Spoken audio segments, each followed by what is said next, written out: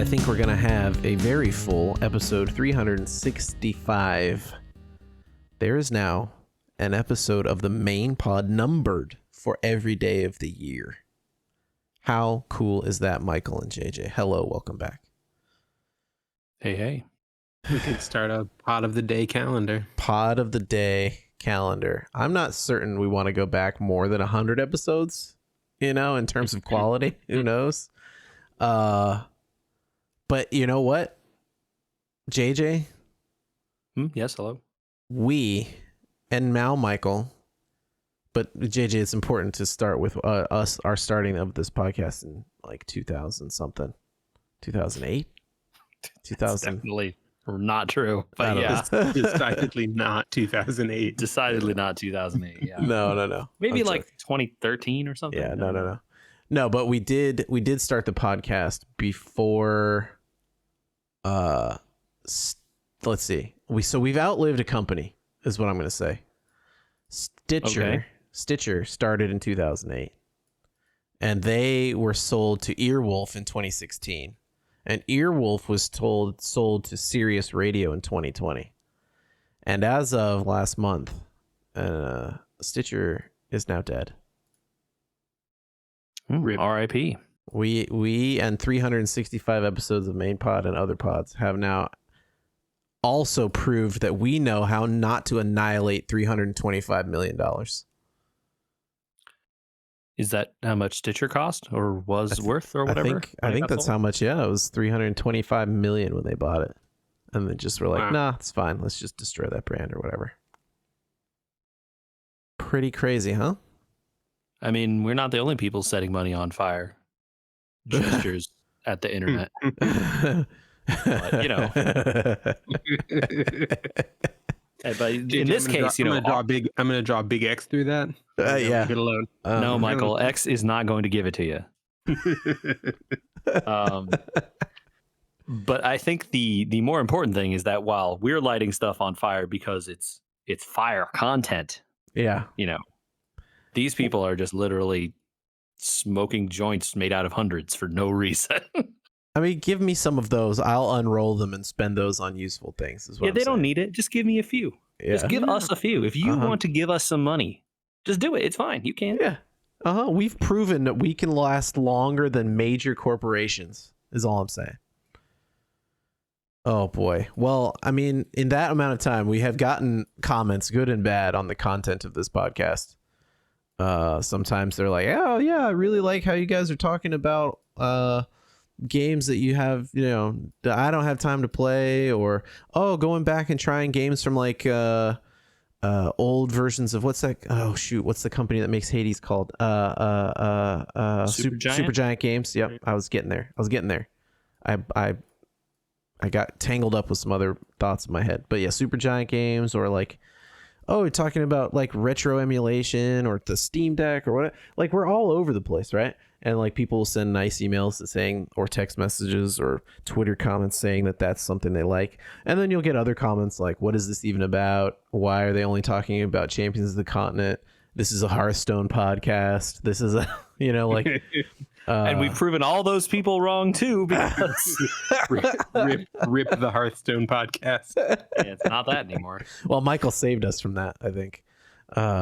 We were getting help. Yeah, it was nice to get out of a rut. But it also is, it's a podcast about, I think the most important thing is making sure that people hang out when they're supposed to, and find ways to stay connected to each other after you've done all the old things, right? Like, we played, I mean, we could talk about Suikoden, like, right? We could do that. I could. Yeah. You guys want to talk about it? Let's talk about it. It's a sweet game. I guess we will be talking about it sooner or later here when they put the new ones out and we play those games. Exactly. I'm not going to not do that. And when that organically happens, we'll go back and we'll talk about, the birthday party where I got a PlayStation 1 and how amazing it was that stood up and destroyed a chandelier in the middle of my kitchen. Stuff like that. I did some full naming the person. I'll bleep his name out. Yeah, I'll bleep. No, you leave it in. It's funnier. No one knows who that is. Yeah, I hope. I don't know. And if you do know, it's fine. Let him be. He's cool. Yeah, let him be. He's lived it down. Anyway, that sort of stuff is organic here. And 365 episodes is proof that we just like to hang out. And we see your comments and emails and we talk about them. We're going to talk about one today because something came up about an email that I had it in the chute, and now it's really topical. And so that's one of the things.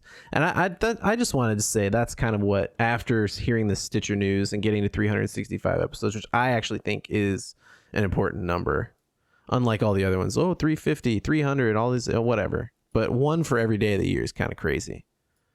I mean, doubly so because we put them out weekly. So that means it's not like how that worked out. And it means a lot to me to hang out with people that I know and want to talk about games with, and like we can just shoot the stuff for an hour, or we can, I mean, heck, back in the day, and we'll probably do it again, we did some interviews for this podcast. We've gone to events. We went to an event this past week we're going to talk about, right? And those are like topical things, or we'll talk about other stuff. And it's just cool to me that this is a podcast where we can do that, because yeah, other people are doing it, but we're doing it longer. Yeah. And hey, if you want to do it with us, you could follow us at We Were Gamers on YouTube, youtube.com/@WeWereGamers, at We Were Gamers on other social media platforms, and even, send us emails to podcast@WeWereGamers.com. That's the one I pay attention to. Thought you all could dodge that stuff at the end. Wrong. Up front. Yeah. We can move on to what we've been doing, right? Because we were all together this past weekend, and we should talk about it because we told people we're going to talk about it. Yeah. And I want to get to it right away. Let's dive in. Comic-Con 2023 has... San Diego Comic-Con, specifically. Do we need to clarify? Because all the other ones have a name in front of them. New York Comic-Con, Emerald City Comic-Con. I mean, this one does too, technically. People are typing SDCC. Yes, that's true. It is abbreviated as... What am I talking about? Why are we still talking about this? We went. We had a good time. I want to know... All right, here we go. I don't know what Andy wants to talk about. He's too slow getting there. Let's talk about what was everyone's single... You only pick one thing. Single favorite thing you did the entire con. Wonder whether there were 130,000 people like there were last year. Your single favorite thing to do was wonder how many people there were? No, but it was the thing I thought about the most while walking around. That's a fair... I have stuff to talk about that, if that's where you want to go. No, but it's cool. We'll do the favorite thing first, and we can talk about the attendance and all that sort of stuff. But it did cross my mind almost every day, multiple times a day. I mean, heck, it was the 20th anniversary of the Invincible comic book, which is turned into... Unfortunately, I'm one of those, like, I was there first. It was my fandom before the show. Old man yells at comic book creator? Question mark? No, I enjoy all the people that are coming to it. I actually really enjoy it because many of them have not and are refusing to read the comics because they want to experience it in the animated form. And every time they talk about things in the forums, or like at the convention, and they say like, oh, I hope this and this happen, I'm like, oh, you sweet summer child. Hello, it's me.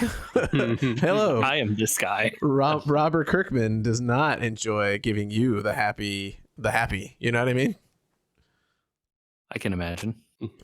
So, it was the 20th anniversary of that, and it's a weird moment to know that 19 years ago, I walked directly up to these three people that were in front of a room of 1,000 that I, was not going to be able to walk up and talk to them. But, 19 years ago I did.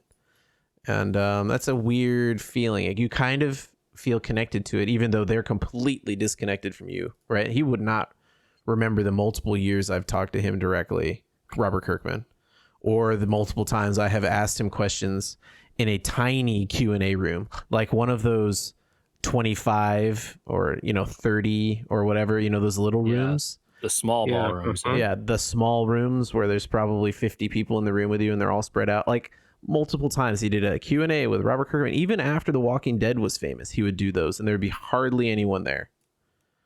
And it's like strange to have grown with that moment. And that was interesting, fun, cathartic. I'm trying to find other words for the feeling experience. So that has to probably go down as that. And also going back to the roots of going to a late night premiere of something was kind of fun. Well, that was going to be my answer. Oh, sorry. You take it. No. It's we saw the premiere of the Venture Brothers movie. Radiant is the blood of the baboon heart, or something like that, right? Basically, the finale of Venture Brothers, and yes, that's the exact title of it. Michael, nice. Good job. Well done. Yeah, it's a pretty fantastic title, actually. I think for me, I'll give a shout out first because there was a close runner up, which was the Her Universe fashion show this year. Last year, that one stole the cake, and this year should have also, because honestly, the hosting was phenomenal again. Yeah, Ashley actually knocks it out of the park choosing co-hosts. Yeah, it's like they're attracted to it for some reason. Like it's some sort of really fun show to do where people are just enjoying themselves, you know? Yeah. So JJ, this year, I don't know if you heard or if we told you, the co-host this year was Michael James Scott, who currently plays. I saw many pictures. Yes. Yes. But for those out there who don't know, he currently plays the genie on Broadway in Aladdin. He was wearing a genie couture suit, which was really amazing looking, and one of those things like, I wish I could wear that. Yeah. And his costumes only got better.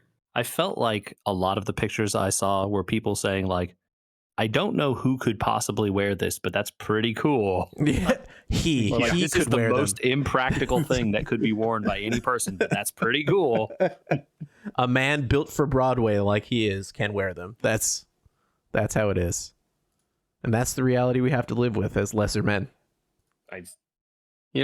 Totally right. Aspirational. So yeah, the show was great again this year. It has been a highlight every year for several years now. But I think the favorite part for me was getting to share Comic-Con with a small child for the first time. Oh, right. The sentiments right in the heartstrings. Yeah, they're being just old enough to, once the shock wore off, to actually get excited to see things. That's right? Snoopy. And just to get, Snoopy. It started with Snoopy on the first night. But just like that, total childlike wonder of just like, oh my goodness, all of these things. Next year will be better. Yeah. And then eventually it'll be like, no, kid, get out of here. Right. It's a tough one because you're right. Their experience of that stuff, and this is why I enjoy taking kids to WonderCon, is because I don't have panels where I'm like, okay, Daddy has to be gone for 4 hours to go wait in line for something, Right. You can just go do things. You can go do things, right? And like at the age that your little is at, they can be in a line and just hanging on to you and being like, what's that bright thing? What's that bright thing? What's that bright thing? Yes, it gets a little tougher, but at the same time, that merriment is something that really reinvigorated Comic-Con for me for a while. This is a tough one. Absolutely. Yeah. Andrew, I want to believe that your kids will come around as they get older, but I guess they get to make their own choices, right? No, so they would happily go, right? It changes the experience at the age they're at now, where I guess it's about me more than them. I would feel guilty doing the things I want to do and not giving them the experience they deserve going to that convention, right? Okay, that's fair. I would not have gone to stand with you in an armored core line for 45 minutes if my kids were there. Yeah, fair. And to be fair, that line wasn't worth for the 45 minutes we stood in it. Absolutely not. But I can make that choice as an adult, being like, well, whatever, I'm going to go get a sandwich after this. And I also, didn't eat for, way longer than they could eat. You just have to, you have to reimagine your experience as being an experience for them. You don't go to Disneyland with kids and say, Daddy's going on Indy, you stand here for 3 hours while I get through this line. No, you tailor the day around. They're not tall enough, right? So we're going to go on Peter Pan 2 more times before it becomes up. That's the trip. Yeah. That's a tortured simile or whatever it is, but at this age you both get to share it, and that was a really special experience. I'm glad you got to have. Same here. Yeah, that's really cool. Yeah, really cool. Before the con, we talked about our expectations with Hollywood closing up. I personally didn't feel too much of the sting. I noticed it in one of the panels, which was supposed to be about the Invincible show. There were no actors there. It made for actually very funny one-on-one interview where they were like, well, we got to show more stuff then because they're not going to be here to talk about it. So you got to see a whole mess of stuff that you wouldn't have normally gotten to see. Probably they would have held back, right, to save for online hype. I heard from some other folks, both coworkers and friends of mine who went to some of those panels, that a lot of what was shown in the Hall H panels that did happen and the Ballroom 20 panels that did happen were like, here's an episode of The Thing. Like they just watched a whole episode of The Thing. Yep. Right.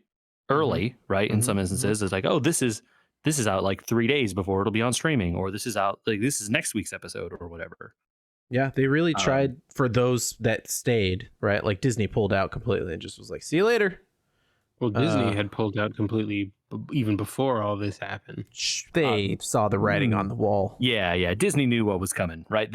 That email had already gone around the CEO chat board and was like, we're gonna get them to strike, right? Yeah. Okay. They knew. I don't know. I don't know that it necessarily, but I didn't stay through the whole weekend this time around. I cut my trip a little shorter. I didn't notice an extreme amount of crowding. Some things were more crowded, and like when I tried to get into the Mortal Kombat panel, it was definitely like, ooh, good thing I showed up an hour and a half early. For something that Mortal Kombat, I mean, we talked about how big video games were this time around. That room was packed. Yeah, I think that new Mortal Kombat game is being well liked. So I think you, without knowing, you made the right choice there. I stumbled into that one, but it was an unexpected experience to stumble into something and be like, oh, holy cow, something this would have been in a small ballroom is now full. So it's possible that it got moved around places. John Romero was there. So there's a lot. John Romero was there. We didn't even talk about that before. Really, I mean, we talked about it being an option, but we didn't talk about the panel. Yeah, in our experiences cool. Talk. Everything was kind of foolish, but not horrendous. Was it worse on the weekend? You could really feel it on the floor as the con went on, like Saturday and particularly Sunday.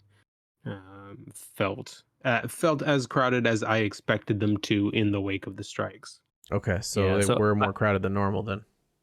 So I was speaking to a booth vendor about this on the small side of the hall, I guess. The A side of the stuff. I was talking to a person who sells comic books. I mean, I'll shout him out. Nuclear Comics, the guy runs. Oh yeah, you should shout out Nuclear Comics. That's a really cool. Yeah, dude. Totally. The guy was super nice, and I live had in San Diego area. They are down there, I believe, right? I think they have an office in Aliso Viejo as well, but yeah, San Diego is their main one. Oh yeah, that's right. They do have Aliso Viejo. Yes, Laguna. Yeah, both. Laguna, not Aliso. Alicia Parkway and Laguna.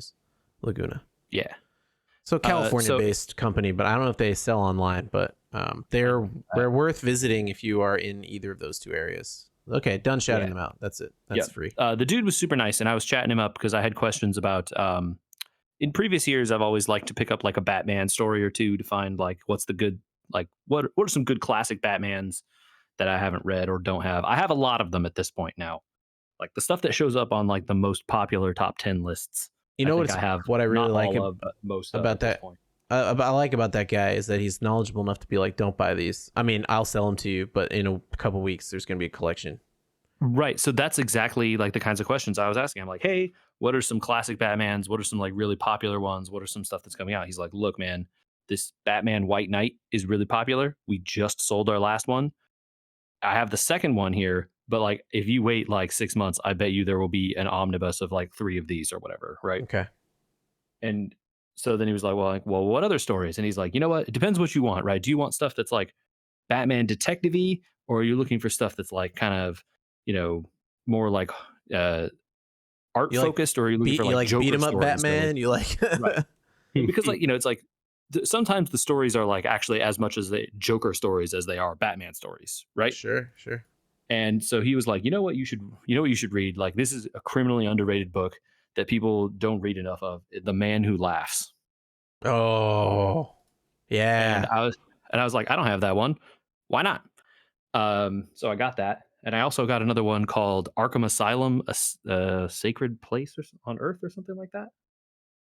I don't remember the subtitle of that one. I So really, really liked. you went into like prestige comics, like one shots with high end Yeah. stories. Like what is stuff that's like good Batman stories that are well liked, that everyone, agrees are like, this is a good story. I don't care if it's part of the normal continuity or not, right? Yeah. And Sure. these are definitely both on that end, the prestige end for sure. Like, you know, cool stuff. And he was like, not enough people have read this Man Who Laughs. It's like a really great Joker story, and is, he said one of his favorites. So I ended up with that. But I found it. So we were talking then about, like, I was like, how's your con going? Blah blah blah. He's like, you know what? It was Saturday when I was talking to him. He's like, Saturday kind of felt down, like lot less people on the floor to him on Saturday than other cons. Were they not down buying things, but instead in other areas, Michael? Maybe. Maybe the center of the floor was particularly packed. That section, we did wander down there on Sunday, was not quite as bad. Yeah. So and then anecdotally, I know, I think I told you both this story, but I heard via social media that whatever happened in the Hall H panel for Star Trek this year, they forgot some kind of thing that they were supposed to give out to people.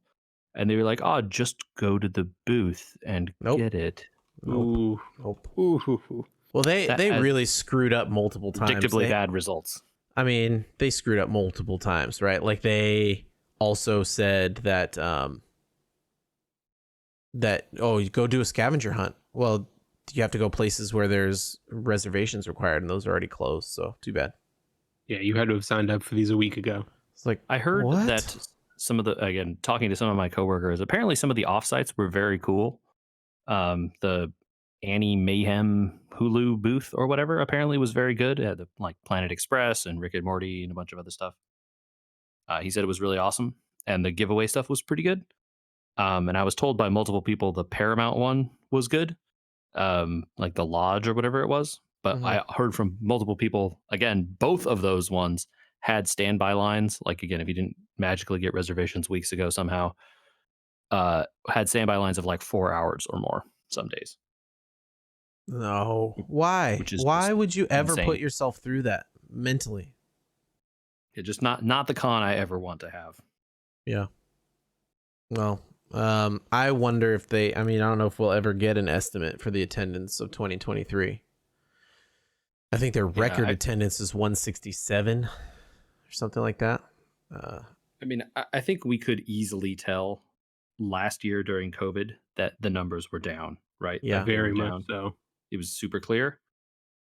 I don't know this year, right? It felt like it was probably back up, but unclear how close to other years, right? Their ticket Sure, sales because- both years were sold out. Now last year they may have sold less. I don't know why they would have, but maybe they did. This year I'm wondering if people just either didn't come or tried to resell or what, Mm-hmm. I'm sure there was some of that. Yeah. I definitely noticed outside the con, while there was still a lot of stuff hidden around places, the gigantic displays were not as visible. Like they didn't have a built up South Park City taking up a whole parking lot, So I think the thing was there were a bunch of activations, as they call them, in the biz. There were a lot of offsite things going on, but none of them took over the, like, very visible lawns that others had taken in the past. Yeah. Yeah. You know, in one of the cases, one of those very visible lawns was taken up by like straight up lines for one of the things. You know. Yeah. Okay. Well, But like honestly, overall, like I had a pretty good con. You guys have a good con? I thought it was good. Yeah. Yeah, on the whole, it was better than not. my experience for the 2 days that I was there was good. I don't know what that means for the future of my attendance, but it has nothing really to do with my overall experience, which was good. I had memorable time and nothing really was horrific because I avoided the stuff I knew would be bad anyway, right? I mean, you got to see the fire alarm go off because they filled an entire room Multiple with fog. times. Multiple times, man. I never seen it go off twice in Wow. 1 year. Turn on the fog machine. No, wait. Turn it back off. Yeah. Yeah. Yeah. Very interesting how some booths fired a lot of their people that used to run cons and then didn't know what the heck to do. I mean, I would have maybe been more upset if I'd had to stand in an hour-long line to get stuff from Skybound like you did. Yeah, I did go by their booth later in the con over the weekend, and you know what? I think they learned. They got they whipped some stuff into shape over there. I think they figured some stuff out finally. Yeah. Maybe they rehired the people that quit. I don't know. Or I don't know. Just Whatever. Like they finally got someone over there who was just like figuring it out. Yeah. Yeah, something. Yeah. Overall, I think that they could do to lower the population there for sure, and it would be we'll see if it could be that no one comes back. You know, Hollywood, Disney may be done. They may just do D23 only. You know. Oh, I think they are. Okay. Just make their own thing a thing. You know. Yeah. Honestly, I think that was more of a reason for Disney pulling out of this than the strike, the looming strike. They were a huge part of that fashion show, though, buddy. Sure, they sponsored it, but I bet Disney doesn't do whole slates anymore. Like maybe they don't have booths, but if they got a big tentpole something coming out, they'll have a panel. Okay. That's my guess. Okay. All right. Well, I didn't see any of these walking around the con, and it surprised me a little bit. With the modern advent of the Steam Deck and other handhelds, I really didn't see anyone playing video games standing around or sitting around. Did you? I saw very, very few. I saw a couple of people on their Switches, but I didn't see very many. Truthfully, I didn't do enough line standing and sitting to find out if that's the case or not. Good point. We do avoid lines, but I was in a line for quite a while and didn't see many. Phones have taken over, you know? Yeah. Yeah. Or just being in line with other people. Yeah. I mean, it is a popular... I mean, I don't play games now if I'm in line. You know, like we used to both have... or two of us or three of us would have DSs and we just sit and play games.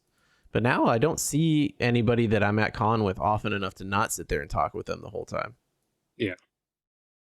You know, I'd rather talk about what they did or what they saw or whatever because we don't get to talk as much. So, you know, one thing that did happen while we were gone, I mean, it's been building, but kind of hit a crescendo while we were gone. Have you heard of the ROG Asus Ally, the handheld? I have heard of it. Apparently, it has a micro SD card slot. However, if you use it and also, you know, use the system, eventually at some point you will annihilate with heat, probably, or maybe not, because no one knows, the entire slot and the card inside of it. That seems like real poor design. Irreparably. Yeah, who knows what could be at fault, given their recent history, you know, with those motherboards we were talking about. They have said that it's a heat issue and they're working on fan curves and software patches to improve it and that it should be solved soon. But you can, you know, RMA your Ally if you want to.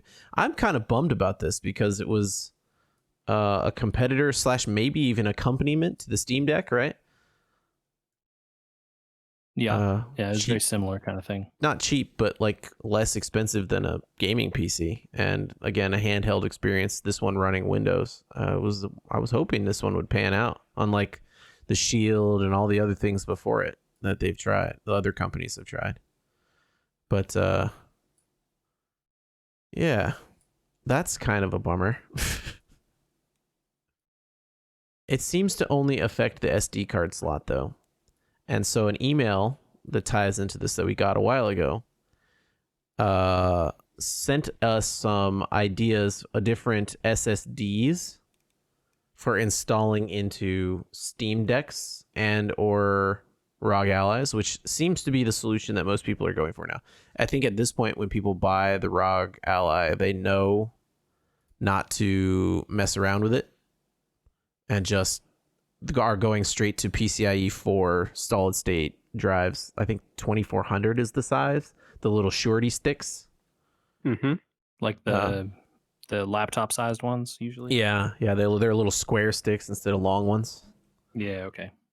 Cracking these things open and just they're buying the cheapest one and replacing the SSD in it with cheaper online drives, right? They're ordering. Yeah. So some people sent a few like, exact drives, like, oh, is this a good deal? Is that a good deal? Are these, reliable? I'm not a great indicator of what's reliable or a good deal. I think you could use like Camel or other price trackers to know if you're getting a good deal. In terms of like reliability and stuff, do you think this is, well, first of all, safe to do on your own? And also, like, would you trust anybody specifically? I mean, Micron's a huge company. You could go with Micron. You could go with, I think there's a few others, but so I think my answer to this is, do you have to do soldering? No, I don't think so. I think all these are, like, if you don't have to deal with glue, I mean, you have to deal with glue opening the thing up, probably. I'm sure there's some screws, but it's probably mostly like, glued together on the edges or whatever. They look like they're, I mean, iFixit has articles on it, so it can't be too crazy. It says around an hour in terms of doing it yourself. iFixit will open completely sealed iPhones though, and those are not meant to be disassembled. So let's not like use them as a bar. Okay, all right. But they will show you how much of a pain it is, and it's awesome to know that they have those kind of teardowns because those are very useful if you want to do them yourself. Mm-hmm. So great news hearing that. That's already a plus. Yeah. And I would say if you don't have to deal with like unsoldering something. Yeah. And no, they're M2s. Like, both. I double checked this. They both use M2s.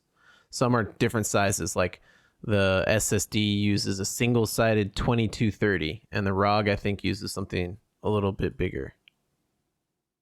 These are all sizes you can find parts for on the internet. I'm sure that's not too bad. Should. Let's be clear about it. If you're thinking about doing this, quadruple check and then wait for the deal. You know what I mean? Yeah. That's what I was going to say, is that like, quadruple check that you have the right part. Be very sure in every video and every teardown article or whatever you've read that you know exactly what you're going to do when you do it. You open it up, you do exactly just that, nothing else. Be very careful. But don't try and do this on a rug. Don't do this next to a pet. Do this stuff on a hard surface with rubber and just silicone in and out as quick as you can. Yeah, silicone mat or whatever. I think also it's important to look these types of things up because like this Steam Deck one needs a foil cover, and the one that's there you're going to destroy, so you need a new one. So you're going to need to order that as well. Stuff like that is very important to know if you're going to do, right? And if you don't watch videos, you'll end up tearing a ribbon cable. So if you're going to do stuff like this, follow a guide very closely, like an iFixit guide. But it doesn't look terrible. And I would say, whatever seems like what it's on iFixit or another place is probably reliable. And then you could use like one of those price tracker sites to see what a good deal is. But yeah, I don't know. I don't know if I would definitely say wait for deals. That's another thing too. Like, don't just buy whatever the one that is exactly the same thing but higher storage. Like, wait for those stuff to go on sale because it Would will you do eventually. it? I think this is the question. Would you guys do it? Like, would you, let's say this Rog Ally thing gets fixed, or the Steam Deck, which doesn't have a problem with this. So what I did is I bought the biggest, best Steam Deck because it came with an anti-glare screen and a bunch of other stuff. So it came with a 512 in it. And I thought, well, between that and a 1 terabyte micro SD card, that'll be enough space. I don't really need to worry about it. So that's what the path that I went instead of opening this thing up, because the prices are going to be the same, and then I'm not opening up the Steam Deck, right? I guess maybe they would run slightly better or faster straight from the SSD, but then you got to like reinstall everything. So would you guys do it? I don't know that I would. I'm not sure that I would either. I think I would not for the Steam Deck, and I might for the Ally. Why separated? So I feel like the Steam Deck is closer to like a cohesive experience thing. Not quite like it. Like, would I modify my Switch? Right? No, I'm not going to open and modify my Switch. Nintendo will get mad at me. Now, I don't think Valve will get mad at you, but I think the experience you'll have with a Steam Deck is good enough that, yeah, that, and, you know, I'm unaware of any issues related to SD card overheating in a Switch. Whereas a ROG Ally feels to me like it's a PC they put in a weird little case. It definitely Right? It's a really has a mini desktop PC, processor in it. and it runs desktop stuff and Windows and all that stuff. At which point, then, like, well, it's a PC. I can take my PC apart and reassemble it. How is Sure. that any different? Sure, yeah. I don't know why I have that distinction in my mind, because truthfully, the Steam Deck is just a Linux PC. But for some reason in my mind, it's different. I don't claim to have any rhyme or justification. Okay. Well, that's our opinion on that ROG Ally and the email. It's pretty funny that they didn't test the heat on the SD card, but I think the thing that bothers me the most is that they never made that determination. yeah, it's Right, like, kind of like they plugged it in and that was like, it works. that is worrying from their testing methodology standpoint, and then I wonder, like, what else is wrong. Mm-hmm. Might be waiting for a 2.0 on that one, huh? Gamers Nexus Video win. They're actually exactly working that. on one, so I'm sure they'll get it under. I kind of figured they were. They I heard mentioned very it. funny stories about, like, fans pushing the SD card out when they run at full speed and stuff, which is just like, what? Mm-hmm. It's So, gonna be a good review, is what we're saying. folks, check out Gamers Nexus. I'm sure they'll have something Stay that's tuned great. for that one. I think when they're taking this much time on something, you know it's gonna be good. And speaking of which, they sure took their time announcing the first anniversary stuff for Champions of the Continent. But it's gonna be good. Look at that. Look at that transition. Yeah, buddy. Hey. Michael. Yeah, they announced all kinds of exciting stuff, and then even more exciting stuff after the first announcement. And some people seemed to imply that they were going to have more announcements during the live stream Thursday. Yeah, so they mentioned that they kept saying that they weren't going to talk about Thursday's live stream because they didn't want to spoil things. If I had to guess, I would say that some of Thursdays might be, other than, you know, celebrating the actual day of the first year anniversary, some of Thursdays might be a look ahead at the next couple months, maybe unveil the new roadmap, since our current roadmap ends with this week's first anniversary. Oh, that would make some sense. Yeah, Yeah. I sort of feel like with the amount of stuff they have dumped on us from this, like, they need to reload the hype train, right? The hype train is completely empty. You know, they got to fill it back up, and I do not envy that task. It seems hard. Yeah, they also said that Thursday's stream will be longer because they intentionally left the gameplay demos of the new content that they would normally do in a stream like today's until then. So all the new stuff that's going to get dumped on us, they're going to do gameplay of after it drops. Oh boy. I don't know. I tend to just want to play the stuff, right? There will be plenty of stuff for you to play. I can't imagine how I'm going to catch up with all this stuff they're dropping. I mean, like, do you stop doing other things? You know, like, okay, I guess I'm not farming anymore because the board is out and I got more towers to do. Here's the nice thing, Andrew. You don't have to keep up. It's fine. It's not going anywhere. That's true. Good point. Yeah. Just Well, let it some go, stuff. man. Some stuff I fell behind on before, and now I'm feeling the weight of now. It's like I didn't buy Guidestones weekly for like the last 6 months, and now it's like, man, I wish I'd bought Guidestones weekly for the last 6 months. So I'm trying to avoid that with like Void Dust and all that, but you know, that's not that much work, I guess. Yeah, so it's gonna be interesting. You know, I think the big unexpected one for me was them announcing Fortune weapons are coming out already. So I thought that's what you meant when you said the next weapon series was coming the whole time, and then you seemed surprised by the Fortune weapons coming. There's the next series of your heck weapons are coming out as well. So they mean the upgrades for heck. No, we get the ruinous weapons in addition to the ones that we have. So heck blades and ruinous blades are the same thing? They are in the same category. So they both I think Andy, here you go, man. You know, remember when the like highest level of weapons was Innocent and Fenrir, and what was the third one? Oh, what was the third one? One was like physical attack, one was magical attack, and one was like crit or something. Mm-hmm. That's how these are, right? There's the heck ones. I don't know why we chose that to say that way. And then there's I think it's funny these ones because there's these ones. The Lars to Wrath change. Now I'm going to say heck because they put hell in the game. Well, but also you can't use hell in a team name. It's one of the words that they won't let you confirm. Yeah, they're cool, which is even with funnier. So heck is what we're going with because it's funny to me. Okay. Anyway, there's those ones, right? The heck ones.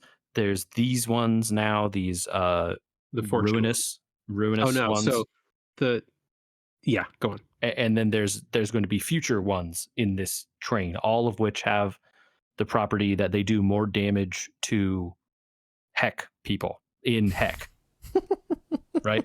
So in the heck world. Yeah, there are 6 sets of those in the same way that there were. Yeah.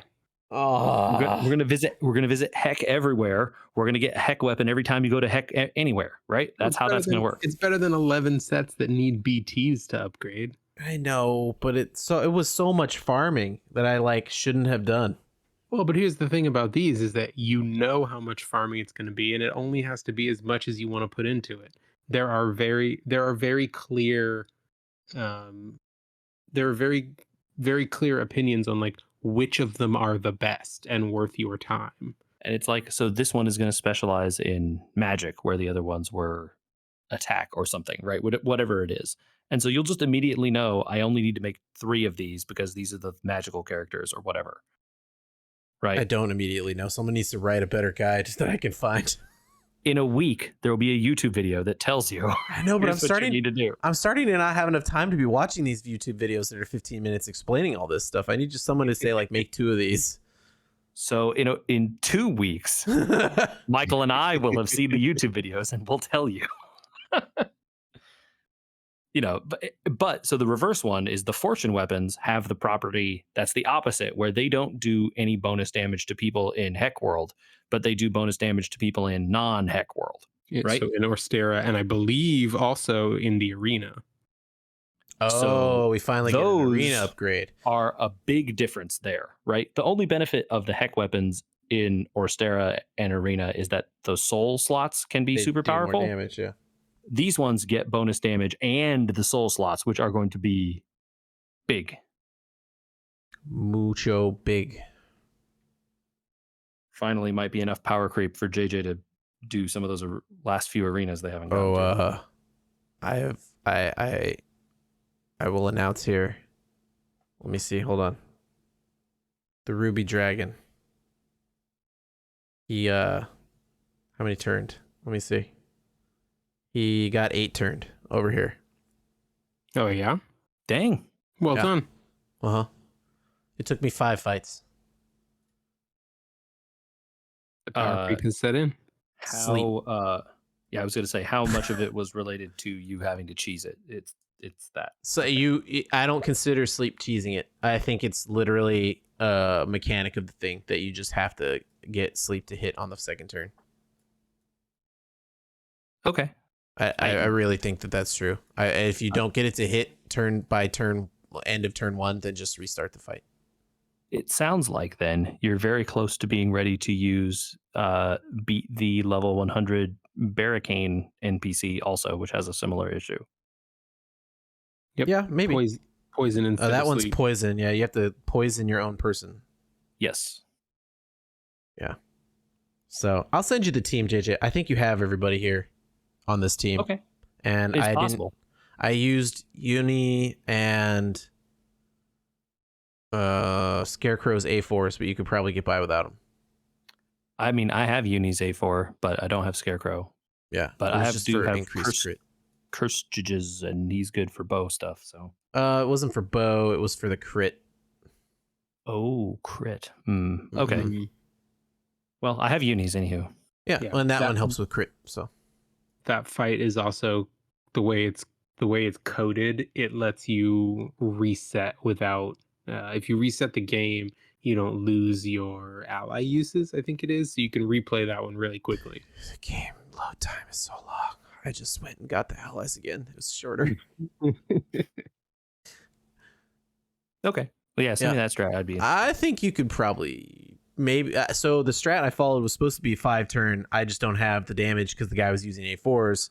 But if you can get the sleep to proc again, then you can make it through with no problem. Nobody died. So Is it only sleep, or can you use paralyze? nope, just sleep. No paralyze. I mean, Gosh darn it.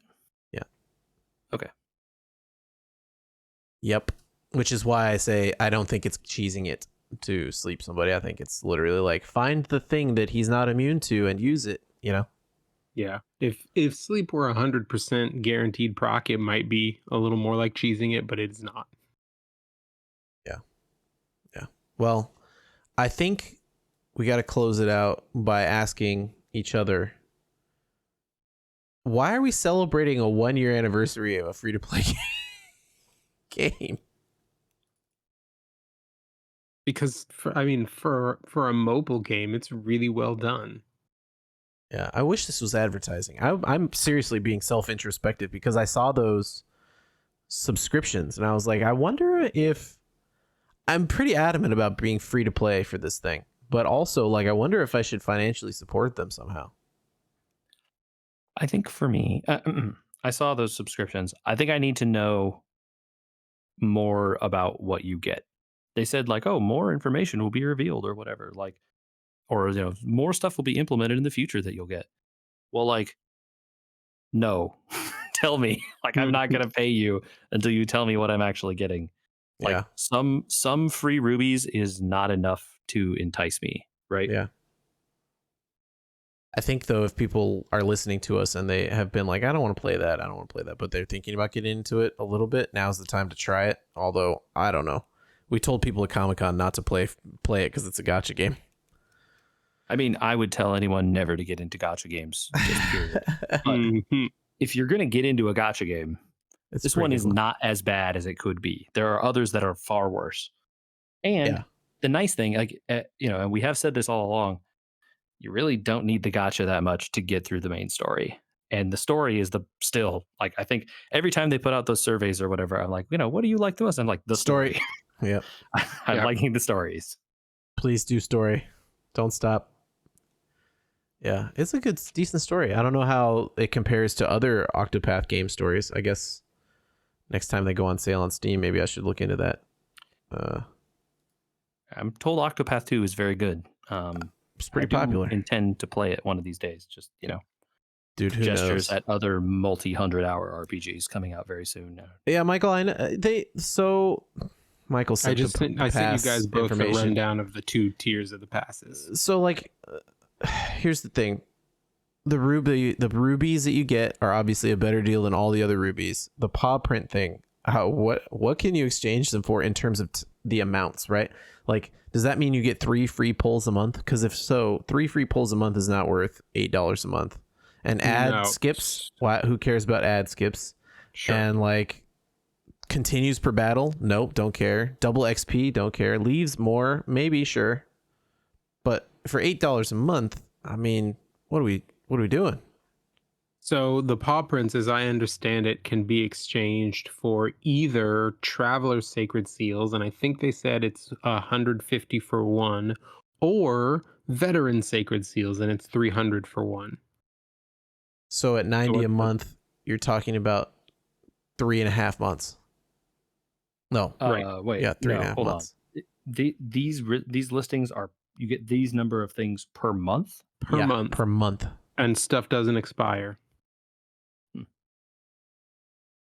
So you get an extra 230 ruby income per month for $8, plus a few other little trinkets.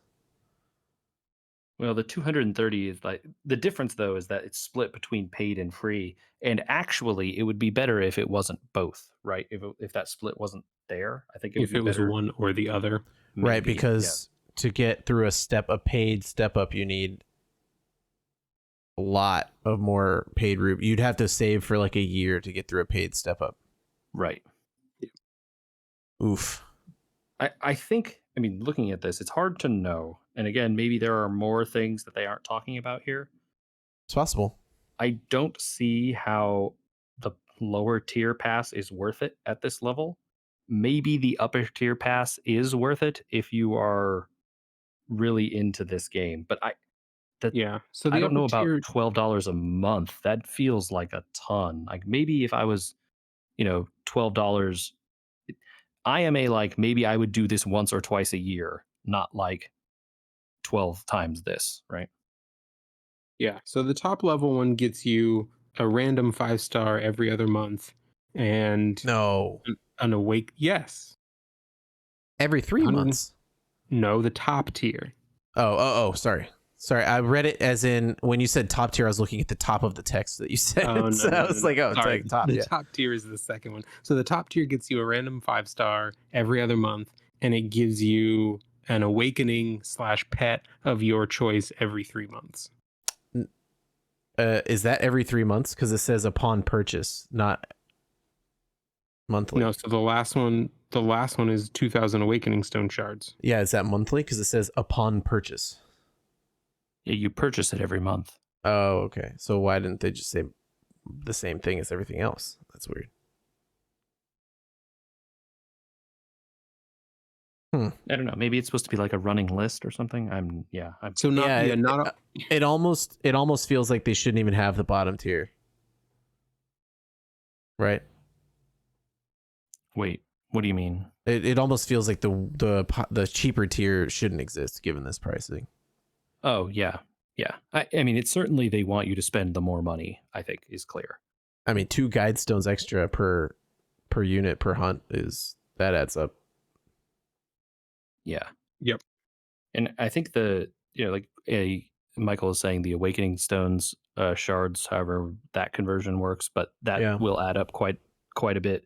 Getting a random 5-star every other month is not nothing. And those and the random, awakenings and stuff you get out of those are going to add up pretty quick too. Yeah.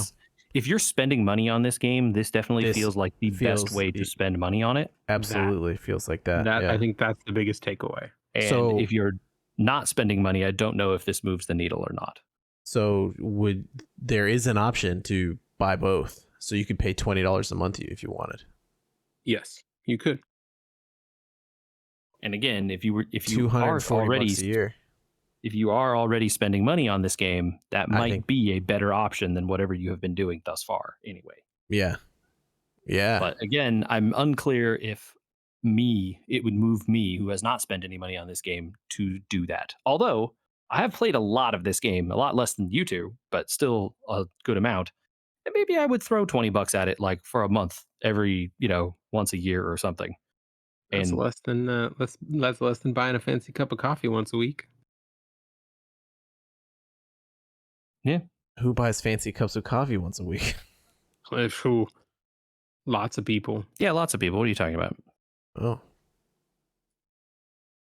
If I get a deluxe California burrito. That's 3/4 of that price right there. There you go. I like California burritos. Yeah, but you're eating out. You're gonna eat out 3 times less a month to play a gacha game. I mean, 1 time less. But no, right? No, the answer is no. I'm not going to do that. So my point is that, like, you know, I would throw them some money once every so often. Mm-hmm. But I think at these prices, I don't care. It's like is my experience that much better with this game if I spend the extra $20, or is it just like hooking myself up harder to the dopamine drip, right? And like, Sure. I don't know how that I need to be grafted onto the IV more than I already am. Yeah. When does this part of it launch? This week with everything else. Oh my god. You have to decide right away. Wait, are they giving you? This is the other thing. Like, they're giving you some of this stuff, and they don't have a use for it. Like, they're giving you these shards. You can't use those anywhere. Yeah, you can on Wednesday. So is that coming out too? They didn't talk about that. They did talk about that, and it is coming out. I didn't hear about it. Yeah, they talked about it. They kind of buried the lead on that one, but they talked about it in the context of these 2 passes, because they got to the higher tier and they said you get awakening stone shards, and oh, by the way, the awakening exchange is opening. Oh boy. I have a mental problem with the awakening exchange opening, which is I don't know if certain characters that I've already messed up on and used too many stones on, I should just keep going. Yeah. You know what I mean? You can look up, if you look up MeowDB, you can, at least in terms of considering A4s, you can look up grading on the usefulness of their A4 accessories. But if I've already committed, I might as well finish. Never consider the sunken cost, Andy. No. Yeah. I have Sophia A3. Am I going to get Sophia A4 even if I get that extra stone? No, because her A4 is pointless, and she herself is mostly useless. I mean, she is, yeah. She's replaced, unfortunately. And that's one of the things, right? Like, I have Sophia A4. I really wish I didn't. Yeah. Like, you know who I could use instead of her? Cyrus. And like, yes, he's not as good at ice as she is, but he's good for everything else also. So the however many shards I get out of that stone that would have been her A4 is going to be way more useful.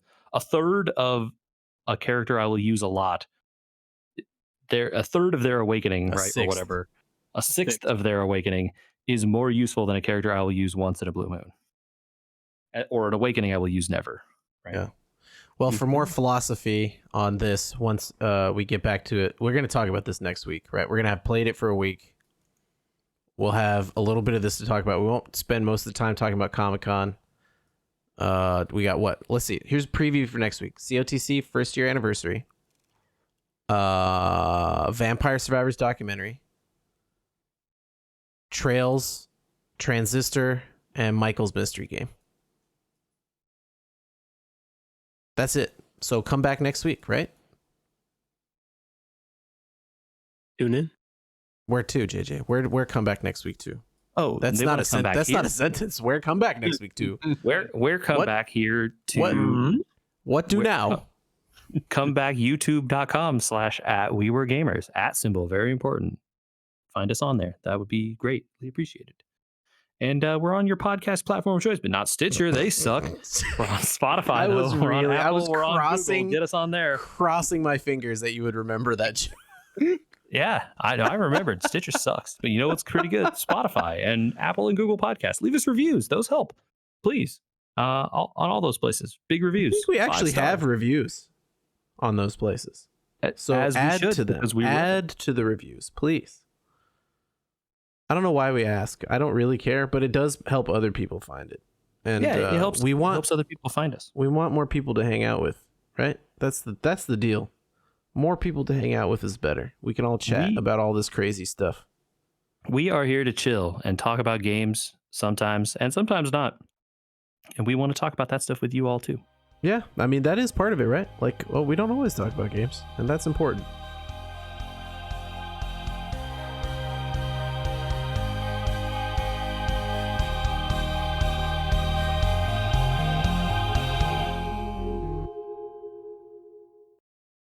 All right, duders. I don't even remember what mystery game I had. I put you on blast, and I said you had one, even though I'm not sure you did. Did you mean the podcast that I had started listening to? No, I just meant like you're gonna have to bring a game next week. Is all. Oh, okay. I'm excited to hear about Vampire Survivors. The documentary, right? We're gonna talk about it. I watched it. Yeah, it's pretty good. Yeah. So I will have watched it by then. It's on my queue. Why? Everything okay? On your end? Yeah. Nope. No. Are you even talking to us? I don't know. Hold on. Say something again. Something again. Okay, we're good. I full on 100% max power kicked the cord and ripped the USB all the way out of the socket. Oh no! Like I was like, this thing is stuck on my leg, and I flicked my leg to the side, and the USB went flying across the room. You like, wanted a new motherboard. That wasn't what I intended to do. You, no, it's I plugged it just back in. It's fine. It's working. You wanted a new motherboard. I wouldn't be opposed to one, but yeah. Anyway, this one's still working fine.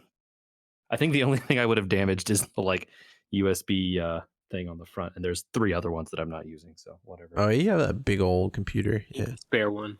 Full size tower. Full size.